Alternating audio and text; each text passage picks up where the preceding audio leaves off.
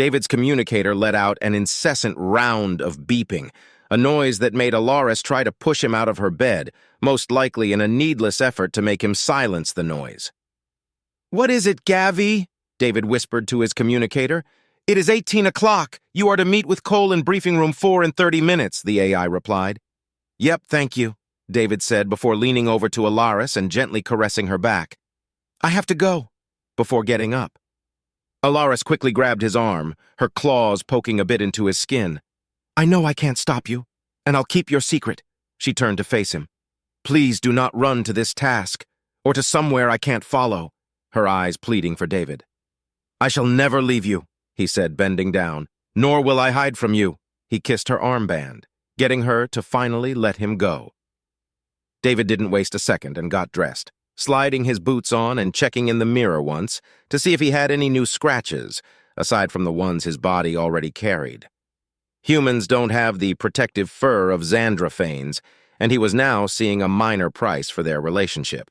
Alaris was seating on the bed watching him, her eyes furrowed as she was thinking about something. "Alaris?" David asked as he buttoned his jacket on, 10 new and barely noticeable holes on its front. Alaris's face softened as he turned to her. "Sorry, I was considering if I should inform my pack about us." She pulled her legs up and hugged them to her chest. "I don't think they will be happy, and some may challenge me for the leadership," she said as she rested her chin on her knees. "Kiga will be happy, though. She likes you." "I'm glad she likes me," David said with a heartfelt smile. "But what will you do if you are challenged?" "Well," Alaris paused with a cheeky grin. "As my Cusifan, I could have you fight," she said as nonchalantly as possible. "After all, the issue is that you are the one I had chosen." David felt like it was a joke, but wasn't sure. He could win in a one-on-one fight against most of her pack, but wasn't sure if that was how challenges of leadership did happen. "And as your Cusifan, I would be honored to fight on your behalf," he said after a short time. "Besides, it's not like I would get killed, right?" David looked over to a shrugging Alaris. "It depends on who you fight," she said before throwing one of the pillows at him. "Now get going. If Cole causes Kiga's Killahinner to be wrong, I'll hold you responsible." "Traz Kikvain, Valis Kiga Nifnoi, Valis Kiga Tilsno, Maros Train Karno Nas Kiga, Otnas Kiga Var Mase," Cole said in a near-coherent Xandris. "See the marked new mother, Kiga Unbearing, young mother, Kiga Unbearing. Hear now of home and clan unto Kiga, and know her as Kiga with light," David said after him. "Wait, what the hell does all of that even mean?" Cole said. Well, David put down his copy of the ritual. "So, when the mark or armband is placed, it signifies that she is an adult or a mother. The Xandraphane don't have words like woman or ladies, but because she had just become an adult, she hasn't had a child, so unbearing." David rubbed his head, trying to remember the explanation he had once received. "Here now of home and clan" is saying that now she gets to pick which clan she wants to be a part of, or if she wants to start her own one. So they recognize her as an adult, and she gets to pick her last name. Cole seemed to think about it a bit more. "Man, I wish I was a Xandraphane now. At least I could have a cooler last name than Smith." "Come on, last passage after she places her hand on your shoulder and Alaris's," David said as he patted Cole on the back. "Tanidal Kiga Hincarno, Malverg Alaris Hincarno, Mishra Cole Smith, Traz Kiliahinner, Traz Nifnoi, Tras Nif Ergim Kos Xandraphane, Marcus Mal Xandari, Marcus Mal Kikfar, Marcus Mal Nosis Noi, Kitgadi." Cole read off, his pronunciation still a bit guttural but understandable. "Then I need to lift Kiga and chant 3 times Kitga Adiai?" "Yep, easy stuff, and you sounded mostly right," David said back.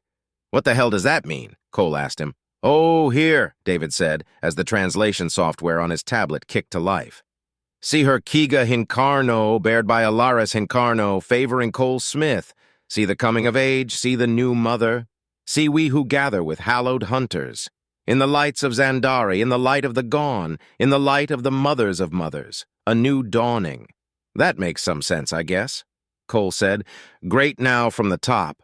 And tomorrow I'll have Alaris evaluate you," David said. David was a lot more tired than he would care to admit. Between the running around, the fake tests in the shielding unit, and his time with Alaris, he was ready to sleep. As he made his way to the mess hall for some dinner as his thoughts drifted to his past, his earliest memory was of his childhood home. It wasn't so much a home, but an apartment, nestled in his people's historical city. Well, not in the historical part, but a short tram ride away. He remembered his mother cooking dinner, a light vegetable soup with fresh bread and roasted beef. She never could provide as much as she wanted, but she always had a bright smile for him, a comforting and jovial smile, one that promised him the world. He remembered his mother.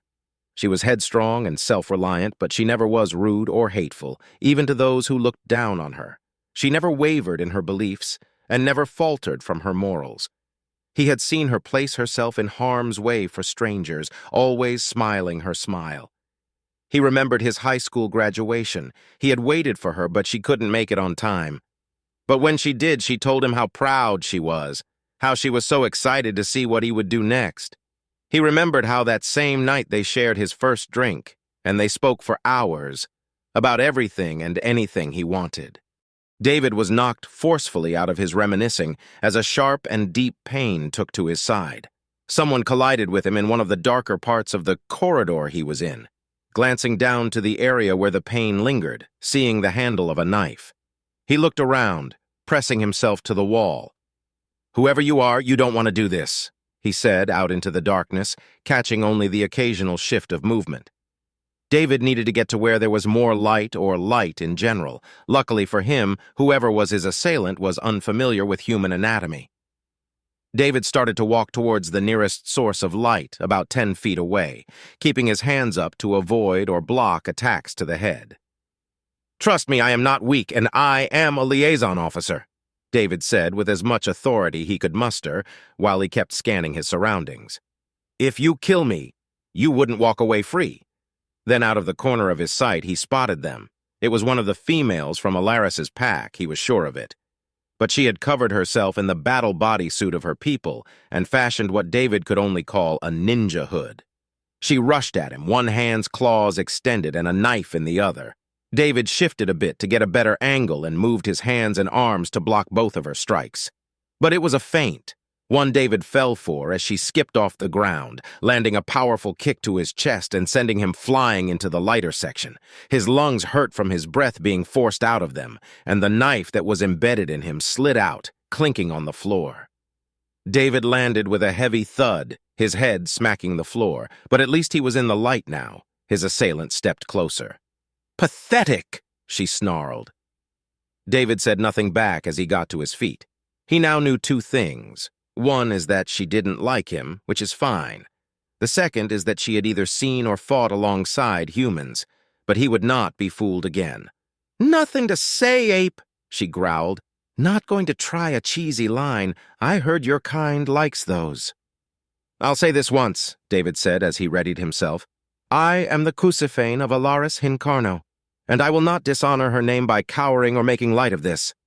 He raised his hands into a guard and eyed her tentatively. She rushed forward again, bringing her clawed hand at his face. "We will see about that!" she roared.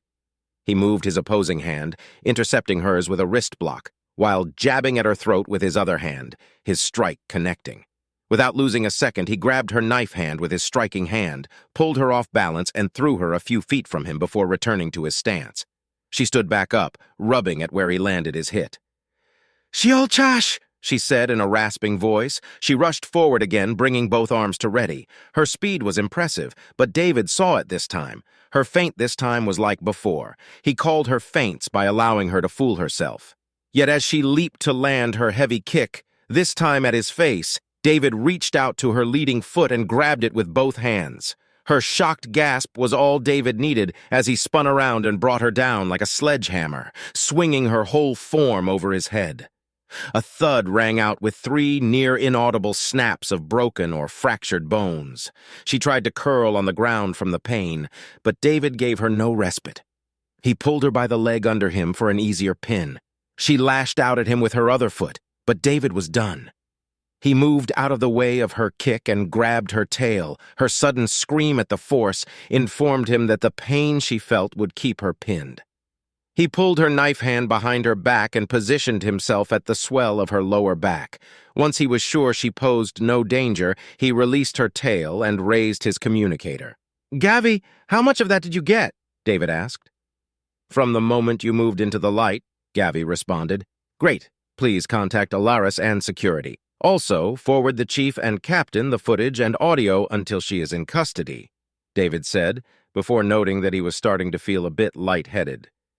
"Please call medical, too, and tell everyone to hurry." He clasped his free hand on the stab wound. "It wouldn't stop the bleeding, but will slow it down." "Medical and security have been dispatched. ETA 1 minute," Gavi said, an inflection of worry carried on their voice. "So, Miss Assassin," David said as he twisted her hand a bit, "what were you trying to do?"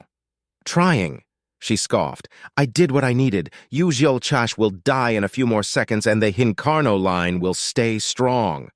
"Oh, how come?" he asked. "That first blade was poisoned. All I needed was to get one drop in your kidney." She eyed him, eyes glaring with absolute certainty. "Oh, so that was what you were aiming for," David said with the biggest grin. "You missed. Got my liver, though, just barely." She clamped up after that, and David started to carefully breathe. His wound didn't stop bleeding and still hurt like hell by the time security got there. The medical staff panicked as they claimed that he was gravely wounded. However, David requested a second opinion in the form of Angela. His vision blurred at the edges. He reached out to a shapeless mass that was approaching him and pulled it close to him. "Poisoned knife," he mumbled. With what little strength he pointed at the blade that sat at the edge of the light. The world became a blur of motion, different hands shifting him and moving him, none of which David could comprehend. Light flashed in waves before him, formless shapes glancing at him. His side burned, yet a cold crept in. A pressure had been placed on his side, its presence seared to the touch. David wanted the pressure gone, but his arms and hands gave him no aid. He felt heavy and weak. He could hear his heart beating in his ears, a rhythmic washing as the veins pulled and pushed. Then the lights were hidden by a mass. A pair of hands clasped his head. Their touch felt distant yet familiar. A sensation pressed against his lips, and the faint scent of minted lavender rushed his nose. In his ear, he heard a voice. Its tone was worried, but called to him. "Do not go to the afterlands, my Kisafan," his lips preparing to answer, yet his mind lost its battle for consciousness, and the world slipped away to darkness.